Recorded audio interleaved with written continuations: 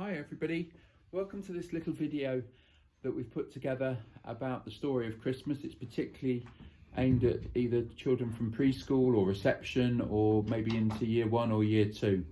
And we put it together after a conversation between myself and my good friend here called Sue, who about the story of Christmas. And she very kindly went away and made all these wonderful plasticine models that she's put together.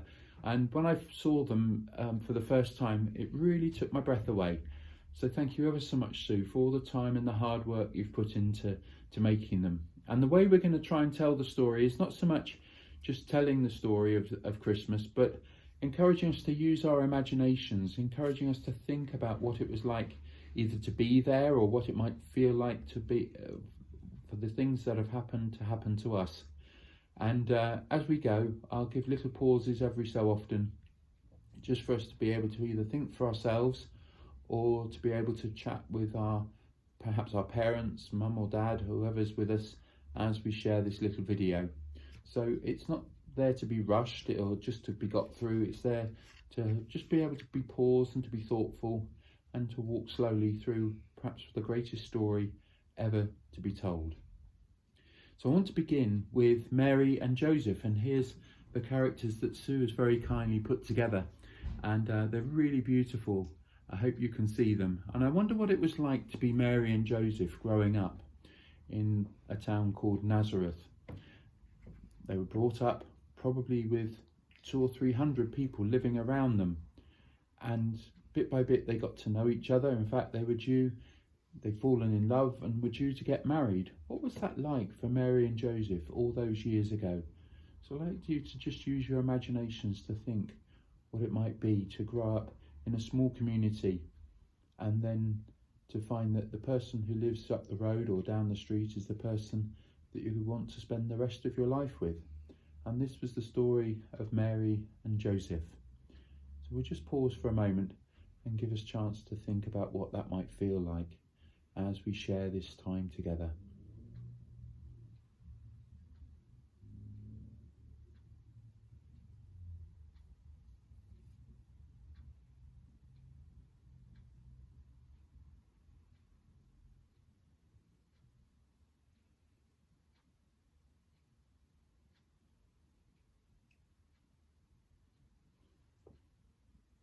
And so we're now going to move on to the next little bit of the story. And suddenly into this story comes the angel Gabriel. And here Sue's made the angel Gabriel with a trumpet and everything else like that to announce a great and an incredible message that the angel needed to share.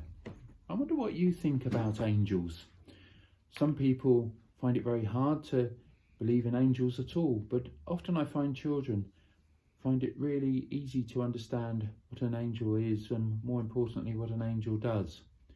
I wonder how you see angels. Where do you think they come from? What are they like?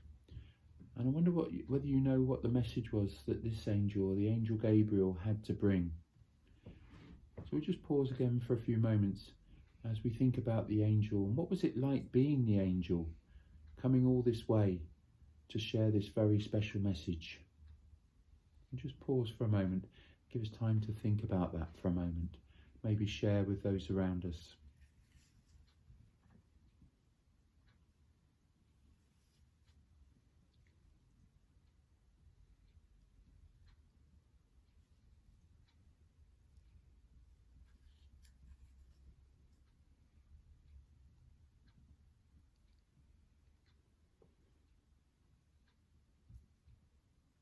And so we move on in our little story, and into the story then comes the story of the donkey. And Sue's wonderfully made this donkey with his paws over a wall and an ox eating a cabbage. Isn't that incredible? All the detail she's put into these characters is beautiful. The angel Gabriel told Mary and Joseph that they were going to have a baby together. And then they had to set out on this incredible journey from Nazareth all the way to Bethlehem, Now, I've only ridden a donkey for a very short distance on a beach one day. I wonder what it was like having to go on a donkey for many days, all the way to Bethlehem. And also, I wonder what it was like to be the donkey, maybe knowing that you were carrying perhaps the most precious gift in the whole wide world as you were going on this journey, trying to look after Mary and protect Jesus as a baby inside Mary. I wonder what that was like, to be this very special donkey on this very special journey. We'll just pause again for a moment and allow our minds to wander and to imagine.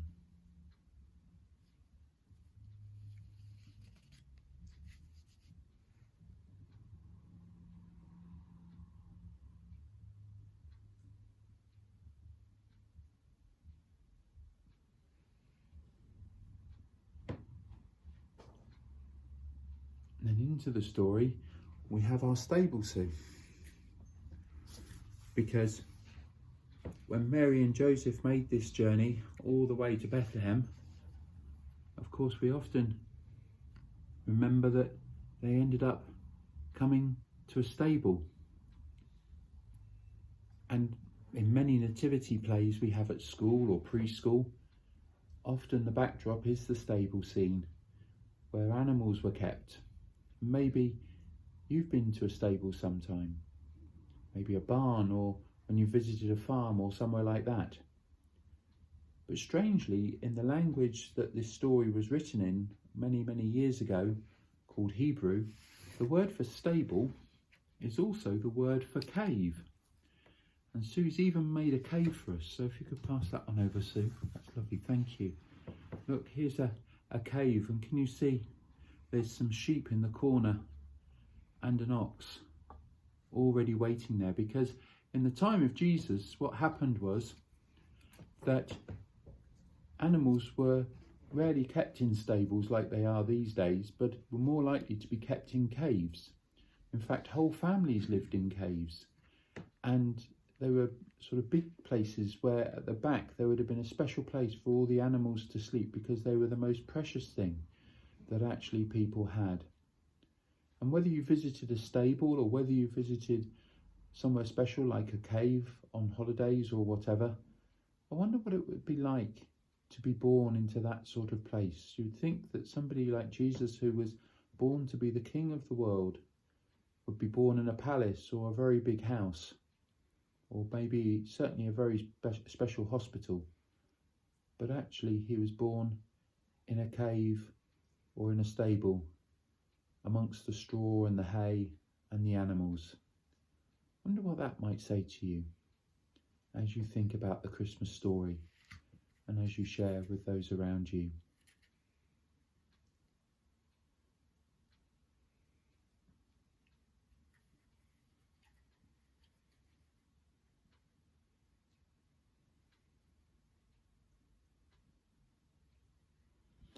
Now, next into our story,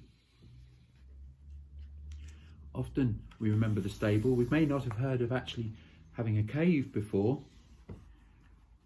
but often we remember in our nativity plays at preschool or in school the story of the innkeeper. And this innkeeper, as I just said to Sue before we started, looks like one of the characters out of Harry Potter.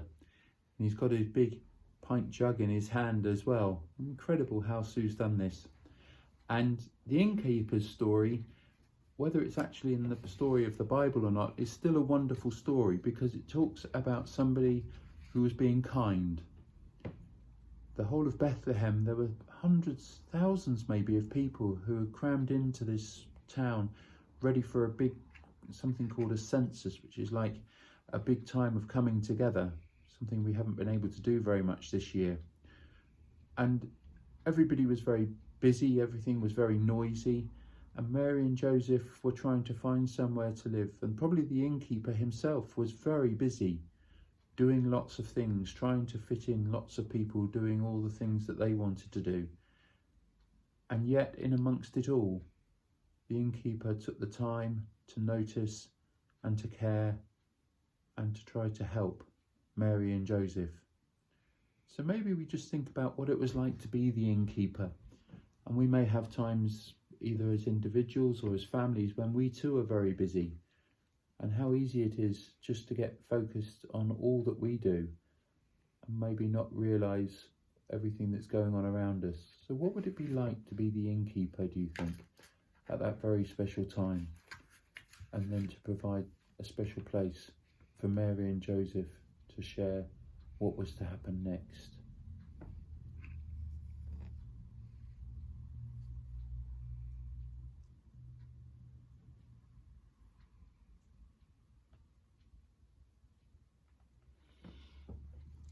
And then into our story comes perhaps the smallest, but probably the most influential and special person ever to come into this world. And that is the baby Jesus himself. Born amongst ordinary people on the most incredible and wonderful of nights, to a couple whose lives have been changed quite out of this world by the news that they've been given by an angel. And Jesus came into the world to share love, to share his life, to share his hope for the world. Born as a baby amongst us. I wonder what you think, where did Jesus come from? How did he get into the world? And I wonder what you think it must have been like for him on this very special journey. Maybe you've got younger brothers and sisters and you've had to look after them as you've grown up. What was it like to look after a baby maybe today? And what would it have been like for Mary and Joseph bringing this little baby into the world? So we just have a think about being Jesus for a moment, and what it meant to him and to his mum and dad and to his family and all those other people in the story.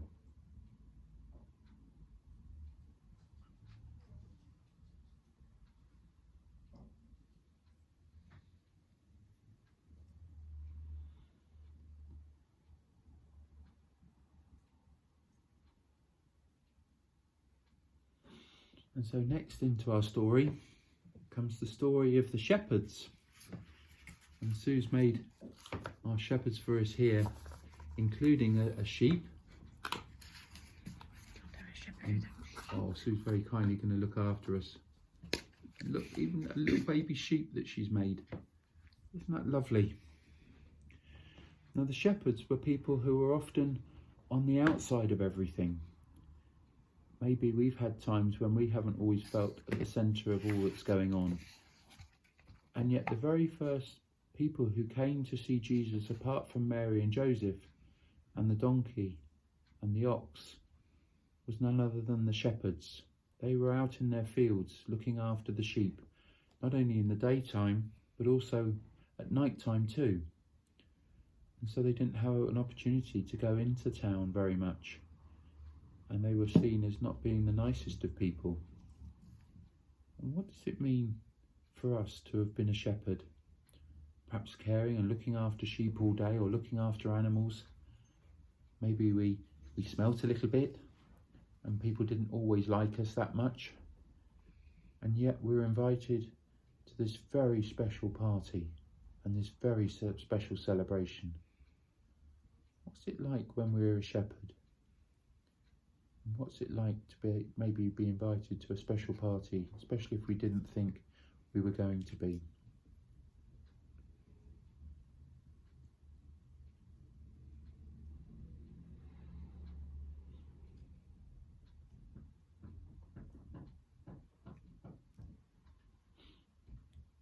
And then something incredible happened to the shepherds.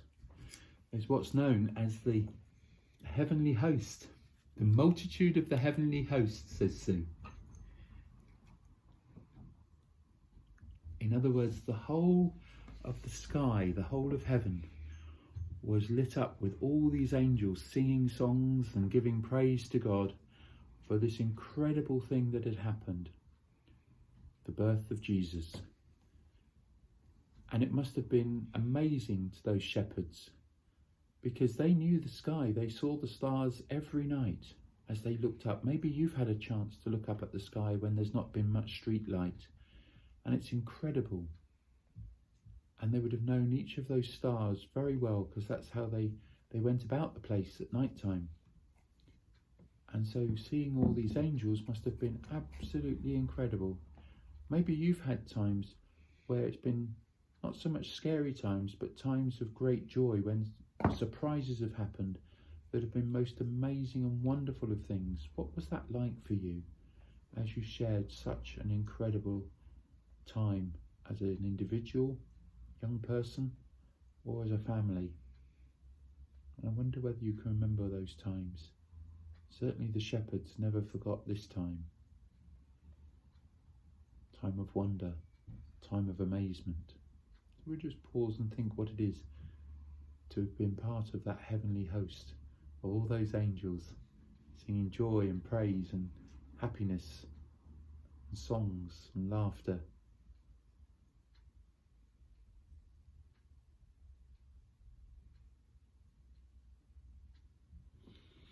And we're nearly coming to the end of our story, but I'd love to share this with you. This is Sue's very kindly made not only a Three Wise Men, but also a backdrop, a portable backdrop of a sand scene, because they went on an incredible journey. We've got the three kings, and we've even got two little camels. Better move this gentleman round just a little bit. That's it, there we go. There we go. And we've got some camels as well.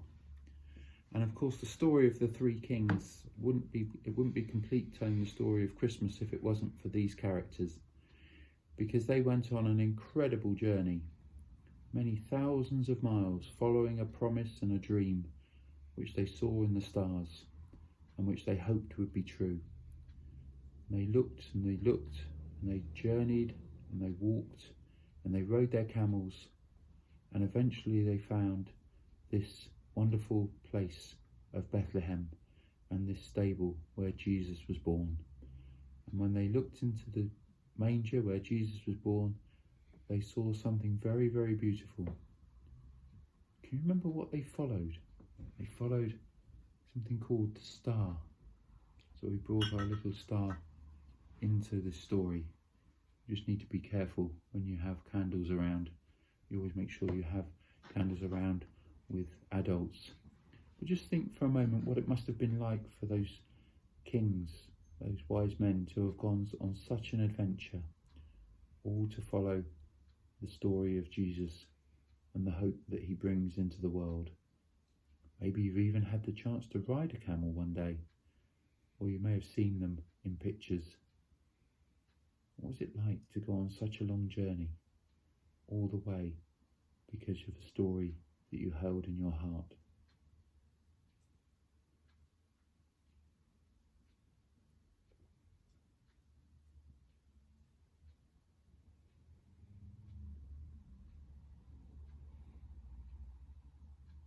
Now you'd think that our story was complete, and in many ways it is, except it's also just the beginning, because the story continues, not just in telling the story of what happened 2,000 years ago, but telling the story of what happens for each of us, and that this wonderful story is true in each of our lives, in our own hearts.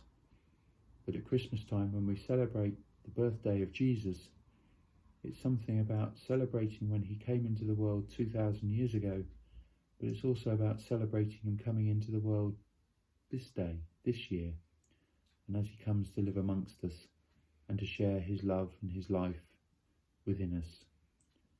And one of the phrases that we often use in church is, Jesus is the light of the world, so that he gives both us and the world hope, especially at this time.